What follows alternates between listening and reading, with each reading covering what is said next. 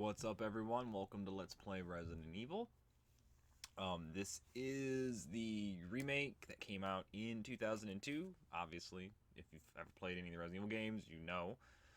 This is on PS4, because that's what I play most of the time. But regardless, we're gonna get going. So I'm not doing this for any other reason. I'm not doing any Let's Play for any other reason than the fact that I love the games that I would be Let's Playing. This one in particular, question, how do you like your games? Like climbing a mountain, fulfilling but takes a lot of work. Like going on a hike, good exercise but not too strenuous. Like taking a walk, you can relax and enjoy yourself. This is the difficulty. Hard, normal, easy, I think. I'm just gonna go with normal. The one thing I actually was contemplating doing, now, we have a choice of two playable characters. We can play as Chris, and we can play as Jill. Their games are quite different. Jill's game overall is much easier. Chris's is a little harder. We also have a choice of Default and Rory Magoo Chris from Resident Evil 6 or 5. No, this is from RE6 because this is no. Wait, hold on. No, this is him from 5. Same thing for Jill. We have original and her BSAA costume from RE5. There are other costumes in the game that you unlock for beating the game. Each character has 2 extra costumes. I was contemplating playing on a completed save file to use the different costumes, but we don't need to. Anyway, I'm going to play as Chris, because I think most people play as Jill. And because I don't know, I like Chris. I normally play as Chris. I very rarely play as Jill.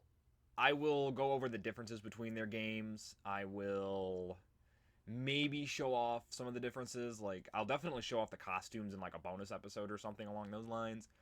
But I'm going to shut up, and we're going to watch the intro cutscene, and we'll talk about some stuff. But before I actually begin, I just want to say how much I love Resident Evil, one of my all-time favorite games.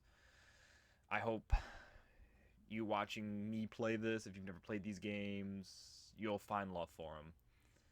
But I'll gush and talk about the game. I'm going to shut up. We're going to watch the cutscene.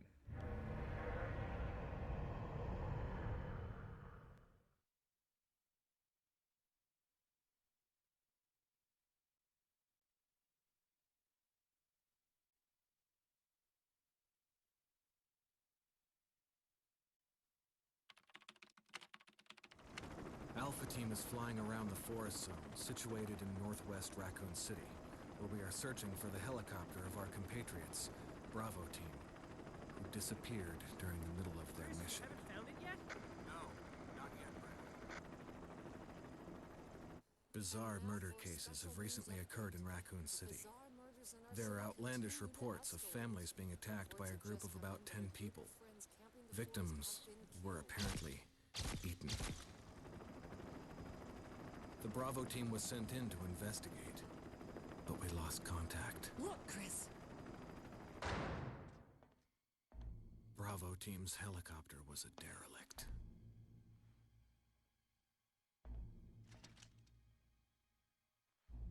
Save for the remaining body of Kevin.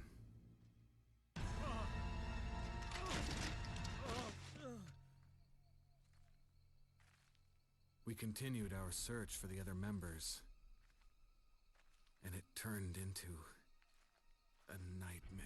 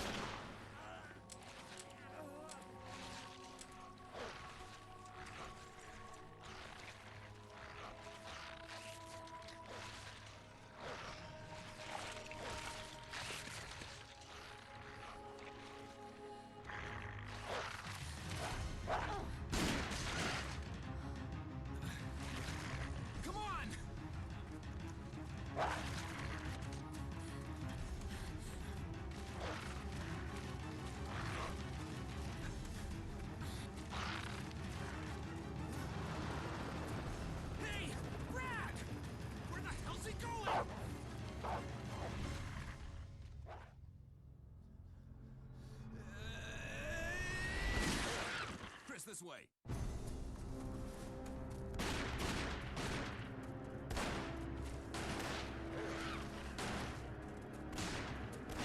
Damn it! Make for that mansion!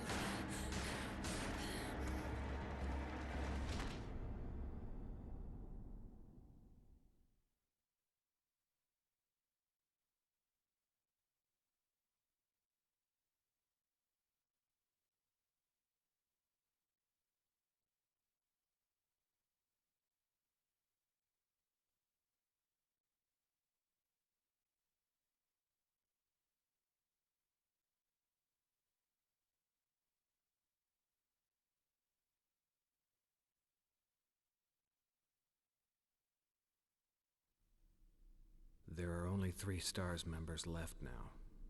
Captain Wesker, Jill, and myself. We don't know where Barry is. Is everyone all right? Barry. Where's Barry? He's... No. What was that? I'll go and check it out. all right.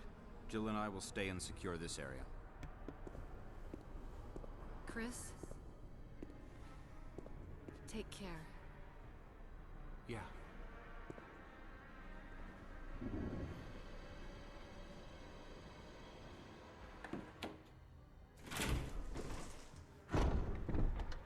Alright, so, don't know why that intro cutscene took so long to load there for a second, but right off the bat, there's an ink ribbon here. You need ink ribbons to save your game. You need to use them on typewriter. But right off the bat, one of the differences... Oh, excuse me. One of the differences between Chris and Jill is Barry is not present in Chris's game. He is only present on Jill's. Chris's supporting character is a new STARS member named Rebecca Chambers, who we will actually meet relatively soon. So we hear some gunshots, we go off to investigate. I will try to not talk during cutscenes, but there's not a lot of them, so...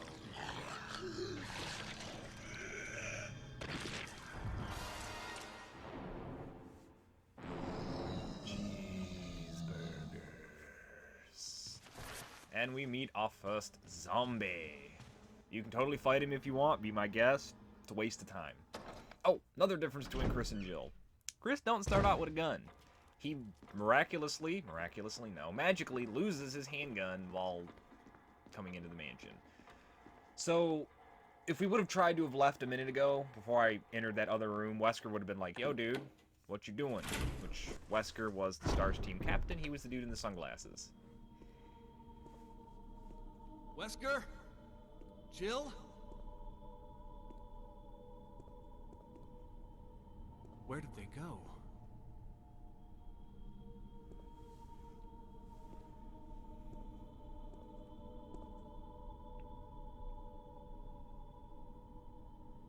And we come out back to the main hall, and Wesker and Jill have mysteriously vanished. When you take the handgun, yes, we now have Jill's handgun. Examine items. Excuse me again, examine your items. I mean, I say examine all of them. It's obvious which ones are gonna, have stuff, but examine your items. A STARS custom automatic, fires 9mm parabellum rounds. STARS custom. This is the Samurai Edge, which made its first appearance in Resident Evil 3, and it is a sexy, sexy, sexy little handgun. Oh, STARS. So STARS... where should I start? First off, we come in here, you see a shiny up there, and you see a nightstand, or it's less of a nightstand and more of like a little dresser. So Resident Evil takes place in a... Well, the city is called Raccoon City. It's a Midwestern town. It is never specifically said where it is. I think the movies place it in New York, and the S.D. Perry novels place it in Pennsylvania. I think it's something like an hour from New York. We're only ever told that it's Midwestern. There's a map of the mansion first floor. Take it? Yes. So now we have a map of the first floor, which I didn't examine it at all. Green areas are areas we have all the items in. Red items we're exploring. Blue doors are unlocked. Red doors are locked. Gray doors, I honestly have no fucking idea. But it's Raccoon City. It's a Midwestern town. And STARS is a department within the RPD, the Raccoon City Police Department. We come back around this corner and we find a dagger. Using defensive items such as daggers will allow you to escape momentarily when grabbed by an enemy. However, you will not be able to escape when the enemy grabs you from behind. To equip a defense item, go to the status screen and then select an item from the defense item menu. Then select the equip command. If your defensive item mode is set to manual in the controller settings, you must press L2 to use the defense item. So if we go back to our inventory, off to the side here, we have defense items, we have daggers, and we have flash grenades. Jill gets a stun gun, Chris gets flash grenades for his unique defense item. So we have the dagger, it is now unequipped, it is now equipped.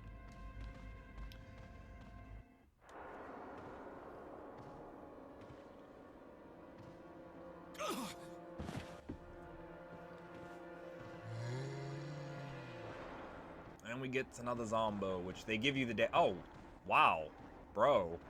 Okay. Normally he grabs you and you stab him in the face with a dagger. But the RPD doesn't have a traditional SWAT team.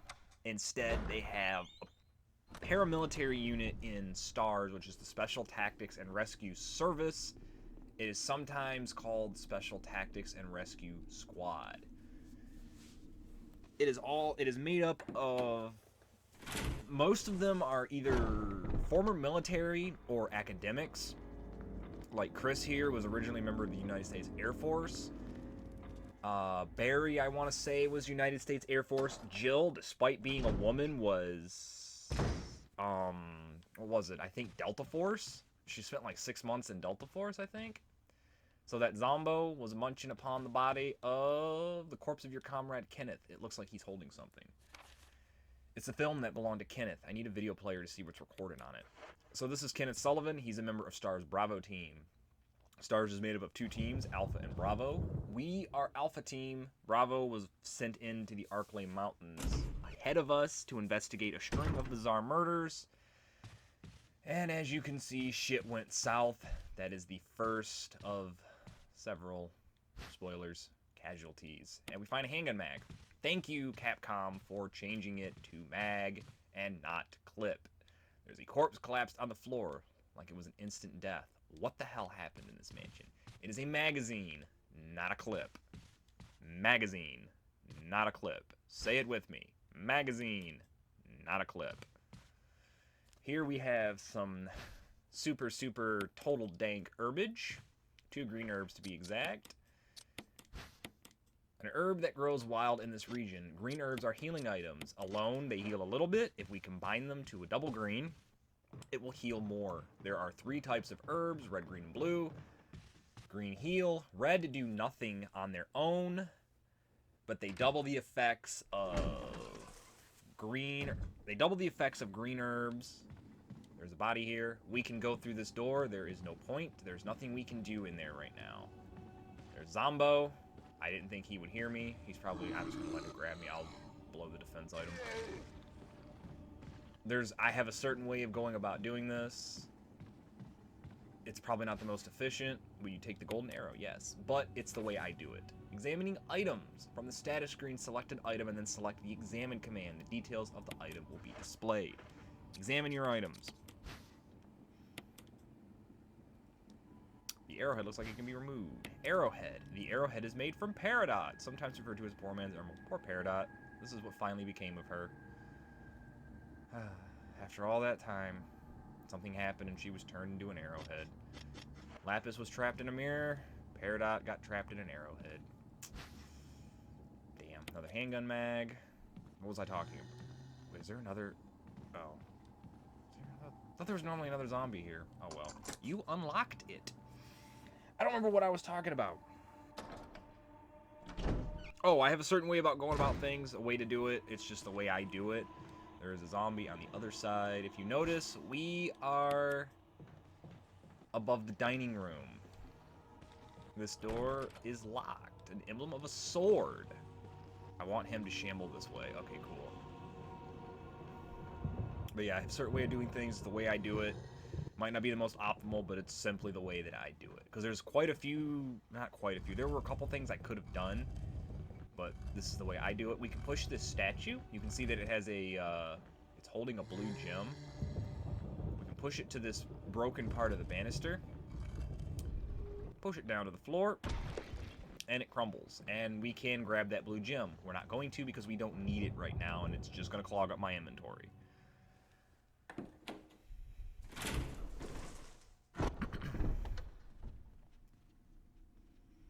Let's see, where to begin?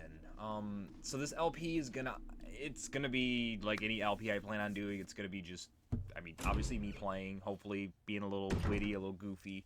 But this is gonna be what I'm calling my first big LP. It's going to hopefully be informative. I'm gonna talk about the game, its development, not just this one, but the series as a whole. Why I love this series. Oh, I should probably do this. A tomb engraved with a picture of an angel. There's an indentation in the shape of an arrowhead. Well, you know we have an arrowhead. Which, first thing, the original version of this that came out back in, was it 98? 98? I think it was 98, or was it 96? It was 98 or 96. I'll double check. You could not come out here. There was no back door. There was no, like, backyard. So we come over here, and we have these horrific statues. A stone statue with a hole where the eyes should be. This one is a hole, what is it? Stone statue with the holes where the eyes, nose, and mouth should be, where the nose should be, and where the mouth should be. We have a hanging coffin, and a book fitted perfectly in the indentation. Book of Curses.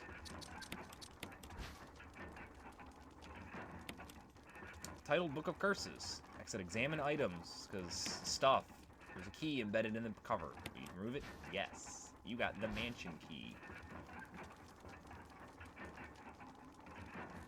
Book of Curses. The Four Masks. A mask that speaks no evil. A mask that smells no evil. A mask that sees no evil. A mask that cannot speak, smell, or see evil. When all four fall into place, evil will awaken. So, that is our first quest. We are going to find the four masks, which in the original game, it was not four masks, it was four elemental crests. There is... Actually, I totally forgot.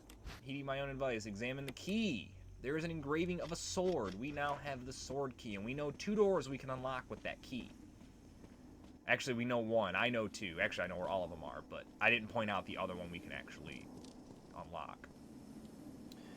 The final door that can be opened with the sword key, I'm not going to be opening because all that's down there is a handgun magazine, maybe a dagger, and a cutscene that triggers where you get attacked by like 3 zombies. We will eventually come to that room regardless, but we won't need the key for it. I will point out the door, but I am not going down there. I just don't... Not that it wouldn't be easy to just juke the zombies. This was actually not the way I wanted to go. I'm sorry, but yes, you can unlock this door with the sword key, but this is not the way I wanted to go. I'm getting turned around because A, I'm tired. I've been up for quite a while. B, I'm trying to commentate and play, and that's actually harder than you would think. But we're going to go back down here into the room where we got the map. And the room has reset, so that zombie is now trapped behind the desk. Desk dresser. He's back there. He's going to be back there the entire game. This door we can open with the sword key. This hallway, do I have memories of this hallway from the original game? And I will explain why in a minute. Once I do some stuff. Such as get ready to yawn and hopefully not do it right directly into the mic. And I wanted to shut up for that. So, that originally, dogs burst through that window. My older brother, got this game the year it came out. Got it Christmas the year it came out, I think, or the year after. I don't remember, but he got it around Christmas. And I watched him play it almost all night. And when that happened, in the original game, when the dogs burst through the window, it scared the ever-living shit out of me. It's locked. It's an old-fashioned lock that's rather simple in mechanism. If we were playing as Jill, we would be able to pick that lock with a lockpick. We are not playing as Jill, therefore we cannot pick the lock with a lockpick. Why am I going in here? I don't have an empty inventory slot. Shit. Not a big deal. Actually, I could just use... No, I'm not going to waste that herb. So, there's an item in there that I can't pick up because my inventory is full. Because I'm a dick. I should have went the other way, but I don't know. I always go this way. It's just force of habit. Not a big deal. We can go in here. There's no point, as we don't have an item we need. But yeah, the dogs burst through that door or window, and it scared the shit out of me.